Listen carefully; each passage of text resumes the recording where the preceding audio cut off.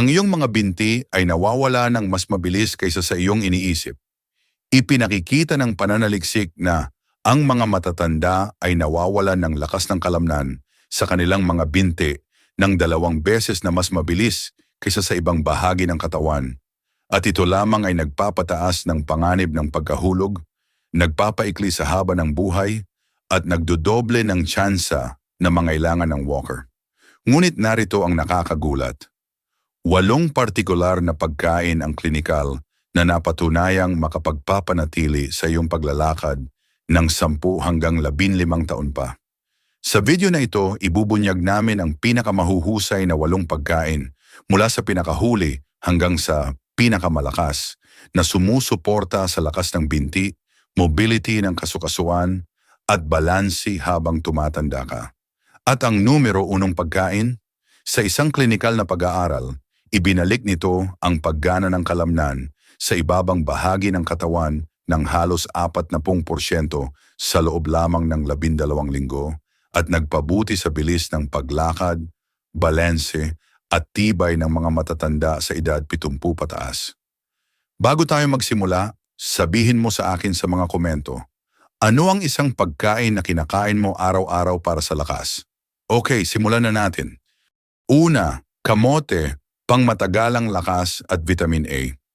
Sa bawat sulok ng Pilipinas mula sa kabundukan ng Benguet hanggang sa baybayin ng Visayas, ang kamote ay matagal ng bahagi ng hapagkainan ng mga Pilipino. Hindi lamang ito isang simpleng ugat na gulay, ito ay simbolo ng kasimplehan, kasipagan, at pagiging kontento sa kung anong mayroon. Noong araw, ang mga lolo't lola natin ay nagbabaon ng nilagang kamote sa paaralan o dala bilang baon sa bukid. Isang praktikal at masustansyang pagkain na kayang magbigay ng lakas sa maghapon. Para sa mga senior, espesyal ang kamote dahil ito ay mababa ang glycemic index. Ibig sabihin, hindi nito bigla ang pinapataas ang asukal sa dugo gaya ng puting kanin. Sa halip, nagbibigay ito ng pangkahabang buhay na enerhiya mula sa complex carbohydrates nito. Dagdag pa rito, ang kamote ay mayaman sa vitamin A na tumutulong mapanatiling malinaw ang paningin, isang mahalagang aspeto sa kaligtasan at kumpiyansa ng bawat hakbang habang tumatanda. Hindi mawawala sa alaala ng maraming Pilipino ang init at tamis ng bagong halong kamote sa umaga, kadalasang sinasabayan ng kapeng barako o tsokolate batirol. Hanggang ngayon, marami pa ring pamilya ang nagsasama-sama sa hapag para magmeryenda ng nilagang kamote habang nagkukwentuhan, isang tradisyon na hindi lang pampabusog, kundi pampatibay din ng ugnayan sa pamilya. Kung nais ng mas modernong bersyon, maaaring i-steam ang kamote at isama sa almusal na may tinapa o itlog para sa balanseng protina at enerhiya. Pwede rin itong gawing kamote fries gamit ang air fryer para mas mababa sa mantika, ngunit mataas pa rin sa sustansya. Maaari ring gawing kamote mash na may kaunting gatas at pulot para sa mas malambot at masarap na side dish. Kapag isinama sa pagkain, ilang beses kada linggo, makakatulong ang kamote na panatilihing masigla, mas matibay ang resistensya at mas aktibo ang katawan kahit sa katandaan. Sa huli, ang simpleng kamote ay hindi lang pagkain, isa itong paalala na sa gitna ng mga modernong pagpipilian, may mga tradisyonal na pagkaing Pilipino na nagbibigay hindi lang nutrisyon, kundi koneksyon sa ating kultura at kasaysayan. Pangalawa, gatas pinagmumulan ng calcium at probiotics. Para sa maraming Pilipino, ang gatas ay may kasamang alaala ng kabataan mula sa sariwang gatas ng kalabaw sa probinsya, sa amoy ng bagong bukas na lata ng powdered milk na hinahalo sa kape hanggang sa malamig na gatas na iniinom tuwing tag-init. Ngunit para sa mga lampas 65, ang gatas ay higit pa sa simpleng inumin. Ito ay isang susi sa kalusugan at tibay ng katawan. Ang calcium sa gatas ay tumutulong maiwasan ang osteoporosis, isang karaniwang problema sa pagtanda, habang ang protein ay mahalaga para sa pag-ayos at pagpapanatili ng lakas ng kalamnan. Kung ang gatas ay may probiotics, gaya ng yogurt o kefir, doble ang benepisyo. Mas maganda ang digestion at mas malakas ang immune system. Sa kultura natin, Maraming nakasanayan na ritual ang may kasamang gatas. Sa mga baryo, may mga lolo't lola na mahilig magpainit ng gatas bago matulog para masarap ang tulog. Sa lungsod naman, may mga senior na iniinom ito kasabay ng pandesal o tinapay na may palamang keso. Ang simpleng gawi na ito ay nagiging parte ng pang-araw-araw na kalusugan. Kung may lactose intolerance, hindi kailangan talikuran ng gatas. Pwedeng subukan ang soy milk, almond milk o oat milk na may calcium fortification. Sa ganitong paraan, tuloy pa rin ang sustansya kahit iwas sa dairy. Sa huli, ang isang baso ng gatas bawat araw ay parang maliit ngunit makapangyarihang hakbang para sa mas matibay na buto at mas malusog na katawan. Isang simpleng tradisyon na maaari nating dalhin mula pagkabata hanggang pagtanda. Kung nanonood ka pa rin ng video na ito at nakakatulong sa iyo ang mga impormasyong ito, paki-comment ng numero 2 sa ibaba para malaman kong nandito ka. At kung hindi ka pa nakasubscribe, inire-recommenda kong mag-subscribe ka at i-on ang bell notification para hindi mo makaligtaan ang mga susunod na videos. Ang iyong suporta ay tumutulong sa amin na makagawa pa ng magagandang content para sa iyo. Ngayon, magpatuloy tayo. Pangatlo, monggo, proteina para sa patuloy na tibay. Sa maraming tahanang Pilipino, espesyal ang Biyernes o minsan ay Miyerkules. Dahil araw ito ng ginisang monggo. Abot kaya, masustansya at puno ng alaala, ang monggo ay hindi lang pagkain, kundi bahagi ng ating kulturang nagpapalapit sa pamilya. Para sa mga senior na lampas 65, mahalaga ang protina ng monggo para manatiling matatag ang kalamnan at magaan ang pakiramdam. Habang tumatanda, bumabagal ang metabolismo at humihina ang muscle mass, kaya ang dagdag na protina ay parang dagdag na lakas sa bawat galaw. Hindi lang protina ang hatid ng monggo, mayaman din ito sa magnesium na tumutulong para sa maayos na paggana ng kalamnan at ugat. Ang potassium naman ay nakakatulong para iwas pulikat, bagay na madalas reklamo ng matatanda. Sa tipikal na lutong Pilipino, kadalasang nilalagyan ito ng malunggay, kalabasa o hiniwang isda. Pero para sa mga senior, mas maganda kung bawas taba at mas marami pang gulay para mas magaan sa katawan. May dalang alaala ang monggo sa bawat kutsarang isinusubo, tulad ng sabay-sabay na pagkain ng pamilya sa tanghalian o ang masayang kwentuhan habang nakapalibot sa malaking kaldero tuwing may bisita. Sa probinsya, kadalasang may pritong isda sa gilid at sausawang bagong, isang simpleng kombinasyon na kumakapit sa puso. Tuwing umuulan, lalo itong paborito, parang may init na yumayakap sa iyo habang kumakain. Para sa mga senior na hirap ngumunguya, pwedeng gawing monggo lugaw na may kaunting bawang at luya para mas madaling kainin. Hindi lang ito nakakapagbigay ginhawa sa tiyan, kundi napapanatili rin ang sustansya. Kung gagawin itong lingguhang bahagi ng pagkain, malaki ang maitutulong ng monggo para manatiling malakas, masigla, at handang maglakad-lakad kahit sa palengke o plaza. Tulad ng kasabihan ng matatanda, ang monggo hindi lang busog sa tiyan, busog din sa kwento at alaalang Pilipino. Pang-apat, saging, enerhiya at potassium para sa maliksi at malusog na hakbang. Para sa maraming Pilipino, walang mas mabilis at praktikal na baon kundi ang saging. Mula sa simpleng almusal hanggang merienda sa hapon, lagi itong handa para bigyan tayo ng lakas. Para sa mga senior, napakahalaga ng potassium na makikita sa saging, lalo na sa mga uri tulad ng lakatan at saba. Dahil nakatutulong ito upang maiwasan ang muscle cramps at pananakit ng binte. Bonus pa, nagbibigay ito ng natural na enerhiya nang hindi biglang nagpapataas ng blood sugar. Sa mga kababayan natin sa probinsya, madalas na ihain ang saging sa iba't ibang anyo. Ginataang saging na may sago, turon na malutong sa labas at matamis sa loob, o simpleng pritong saba na kapareha ng kape sa umaga. Ngunit para sa kalusugan ng mga senior, mas mainam ang hilaw o nilagang saging upang mas makuha ang buong sustansya at iwas sa sobrang mantika at arnibal. Isang simpleng tip, kung mahina ang gana sa pagkain pagkagising, Uminom muna ng isang basong tubig at kumain ng isang pirasong saging. Makakatulong ito para makapagsimula ng araw na may sapat na lakas, lalo na kung may planong maglakad sa umaga. Higit pa sa sustansya, ang saging ay may espesyal na lugar sa kulturang Pilipino. Sa bawat sulok ng bansa, mula Batanes hanggang Tawi-Tawi, makikita ang mga punong saging sa bakuran, palayan o gilid ng kalsada. Sa mga pagtitipon, madalas itong kasama sa handaan at sa mga panahong gipit, nagiging sandigan natin bilang abot-kayang pagkain na nakakabusog. Para sa mga senior, ang pagkain ng saging ay parang pagyakap sa sariling kultura at alaala, mga simpleng sandali ng pagkukwentuhan sa ilalim ng puno o pag-aabot ng nanay ng baon bago pumasok sa paaralan.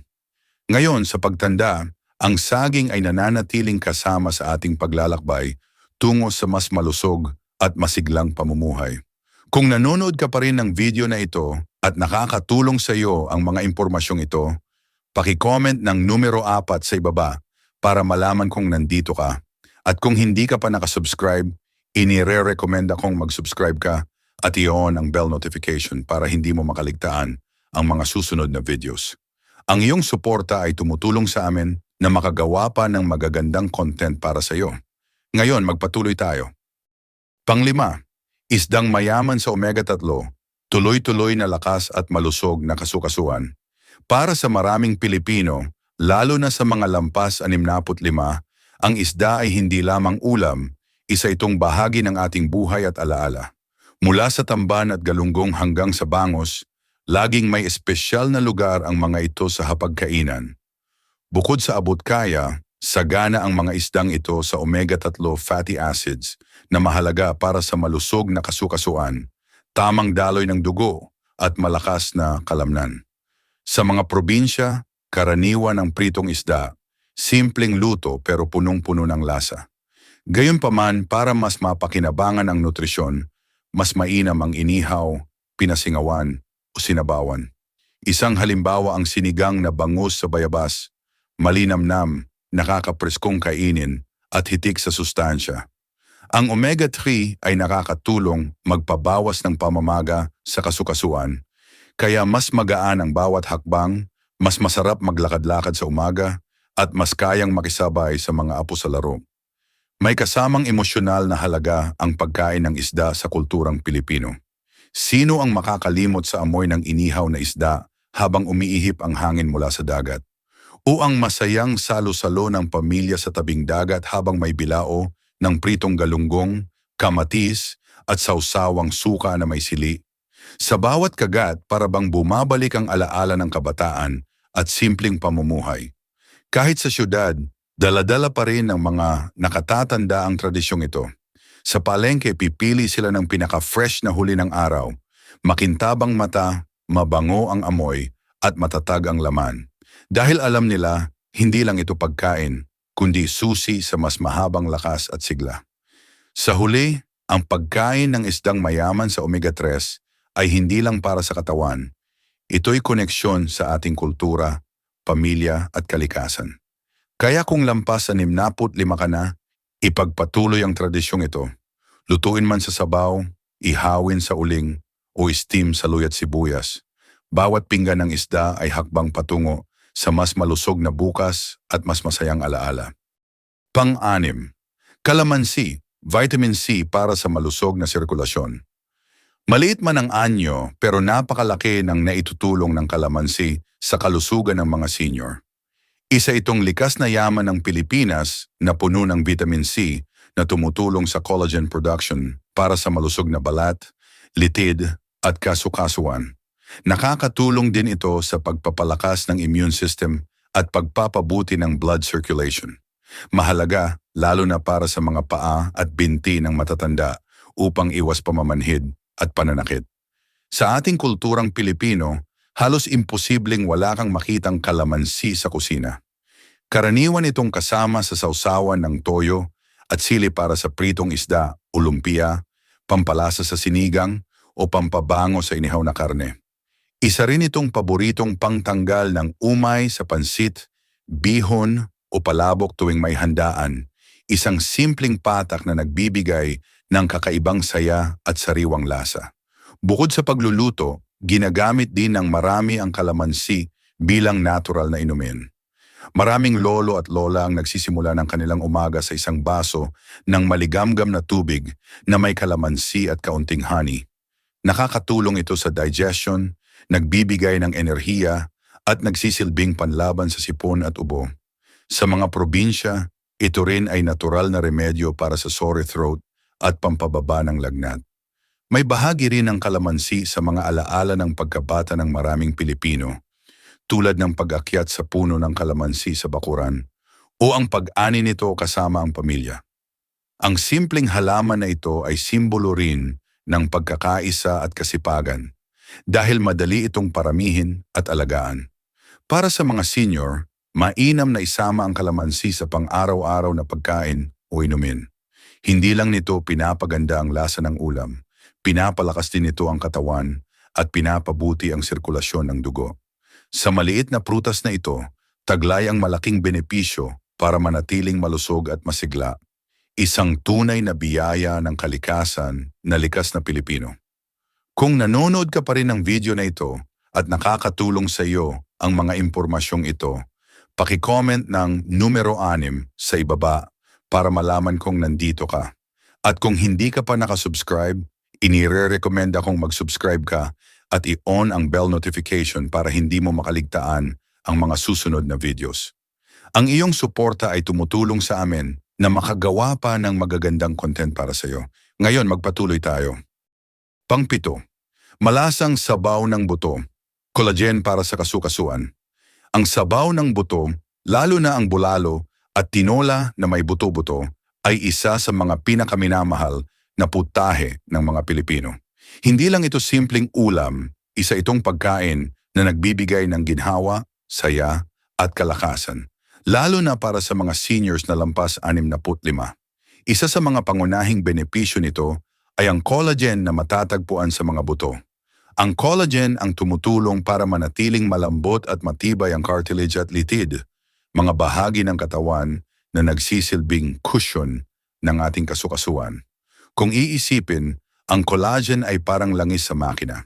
Kapag sapat ang collagen sa katawan, mas madulas ang galaw ng tuhod at balakang, kaya't hindi mabigat ang bawat hakbang. Para sa mga nakatatanda, malaking tulong ito upang patuloy na makalakad ng magaan at makapag-enjoy sa pang-araw-araw na gawain, mula sa pamamalengke hanggang sa pag-aalaga ng apo. Sa probinsya, natural na paraan ng mga lola't lolo ang mahabang pagpapakulo ng buto para mailabas ang sustansya. Kapag hinahaluan ng gulay gaya ng repolyo, sayote at mais, hindi lang ito nagiging mas masustansya, kundi mas kumpleto rin bilang pagkain. Ang sabaw ng buto ay may init na nagbibigay ng ginhawa, lalo na sa malamig na panahon o kapag may sakit ang katawan. Higit pa sa nutrisyon, ang sabaw ng buto ay isang simbolo ng kultura ng pagsasalo ng mga Pilipino. Madalas itong kainin ng sabay-sabay, mag-anak na nakapalibot sa mesa, may malaking bilao ng kanin at sausawang patis na may kalamansi at sili. Sa bawat higop ng mainit na sabaw, naroon ang damdamin ng pagiging buo at konektado sa pamilya. Kaya para sa mga seniors, ang malasang sabaw ng buto ay hindi lamang pampalusog sa katawan. Ito rin ay alaala ng kulturang Pinoy, ang sabayang pagkain, pagtutulungan, at pagmamahalan na nagbibigay sigla sa ating pamumuhay. Pang-8, malunggay, gulay ng lakas ng buto at kalamnan. Halos bawat pamilyang Pilipino, lalo na sa mga baryo at probinsya, ay may tanim na malunggay sa kanilang bakuran. Kung minsan, isang puno lang ang nakatanim sa gilid ng bahay, ngunit sapat na ito upang makapagsahog sa iba't ibang ulam. Tinatawag itong miracle tree dahil sa dami ng sustansyang taglay nito, mula sa calcium, potassium, hanggang vitamin C. Para sa mga Pilipinong senior na lampas 65, malaking hamon ang paghina ng buto, kasukasuan at kalamnan. Dito pumapasok ang mahalagang papel ng malunggay bilang natural na pang-alaga sa katawan. Ang calcium mula sa malunggay ay nakatutulong para manatiling matibay ang buto at maiwasan ang osteoporosis na karaniwang problema ng matatanda. Ang potassium naman ay nakabubuti sa kalusugan ng puso at sirkulasyon ng dugo, habang ang vitamin C ay nagpapalakas ng resistensya laban sa sakit. Hindi lamang ito gulay na pampalasa o pampakulay sa ating ulam, kundi tunay na kasangga sa pagpapatibay ng katawan. Para sa mga senior, ang regular na pagkain ng malunggay ay parang libreng health insurance na galing mismo sa kalikasan. Kung titingnan ang ating kulturang Pilipino, hindi mawawala ang malunggay sa mga tradisyonal na putahe. Sino ang hindi nakatikim ng mainit na tinola na may malunggay sa panahon ng tag-ulan? Sa ginisang monggo tuwing Biyernes, kadalasan ay may sahog na malunggay para mas masustansya. Maging sa ginataang gulay, isinasama ito para mas mapuno ang lasa at mas masarap kainin. Ang mga nanay at lola, batid ang halaga ng gulay na ito dahil kahit simpleng sangkap lang, nagbibigay ng dagdag lakas sa pamilya. Para sa mga nakatatanda, mainam na huwag lutuin ng sobra ang malunggay upang hindi mawala ang nutrisyon. Maaari ring gawing smoothie na hinaluan ng saging at gatas. Isang alternatibong paraan para mas madaling nguyain at lunukin, lalo na kung may problema na sa ngipin o pustiso. Sa ganitong paraan, hindi mawawala ang nutrisyon at magiging mas masarap pa itong inumin, parang merienda na rin. Bukod sa benepisyo sa kalusugan, ang malunggay ay may malalim ding simbolismo sa ating kultura. Itinuturing itong sagisag ng pagiging masinop at praktikal na Pilipino. Sa panahon ng kagipitan, hindi kailangang bumili ng mamahaling bitamina dahil nasa likod bahay lang ang natural na vitamin sa bakuran. Maraming kwento ang ating mga lola kung paanong ang mainit na tinola na may malunggay ang nagsilbing panlunas sa sipon, panghihina, o kapag bagong panganak ang isang nanay. Ang mga kwentong ito ay bahagi ng ating pamana at nagpapatunay na malapit talaga sa ating kultura ang gulay na ito. Kung gagawin nating regular na bahagi ng ating pagkain, ang malunggay, tiyak na mas tatagal ang ating sigla kahit lampas 70 o 80. Hindi lang ito basta gulay, ito ay pamana ng kalikasan at simbolo ng pagmamahal ng ating mga ninuno sa kalusugan ng susunod na henerasyon. Kaya't bawat subo ng malunggay ay hindi lang nutrisyon, kundi pagpapatuloy ng tradisyon at kultura ng mga Pilipino. Pangwakas na mga pag-iisip. Kung lampas ka na sa 65, tumatakbo na ang oras, pero hindi kailangang sumuko ang iyong mga paa. Bawat hakbang na iyong gagawin mula ngayon ay nakadepende sa mga pagpipiliang ginagawa mo sa hapagkainan. Dahil ang iyong mga paa ay hindi lamang nangangailangan ng galaw, kailangan din nila ng tamang sustansya. Ang tamang mga pagkain ay hindi lamang nagpapabusog, nagtataguyod din ito ng lakas, nagpoprotekta sa mga nerbyo, nagre-repaira ng mga napupudpod na kasukasuan, at nagpapanatili sa iyong nakatayo ng matatag sa mga darating na taon. Natuklasan natin ang 8 pinakamakapangyarihang pagkain na makakatulong sa iyong mga paa, mula sa maganda hanggang sa talagang nagbabago, mula sa mga itlog na nagpapalakas ng kalamnan hanggang sa kefir na lumalaban sa pamamaga. Bawat isa sa mga ito ay may siyentipikong basehan. At ang totoo, ang nasa iyong plato ngayon ay maaaring maging dahilan kung bakit malayang nakakalakad ka pa rin, makalipas ang 10 o kahit 15 taon. Kaya ito ang tanong. Alin sa mga pagkaing ito ang nasa iyong kusina na at alin ang iyong idaragdag simula ngayon? Sabihin mo sa mga komento, ang iyong sagot ay maaaring maging inspirasyon para makabangon muli ang iba, sa literal na kahulugan. Kung nasiyahan ka sa video na ito at nakatulong ito sa iyo, mangyaring i-like, mag-subscribe at i-share. Ang iyong suporta ay tumutulong sa amin na patuloy na makalikha ng magagandang content upang bigyan ka ng kaalaman at inspirasyon. Salamat sa panonood at inaasahan naming makita ka sa susunod na video.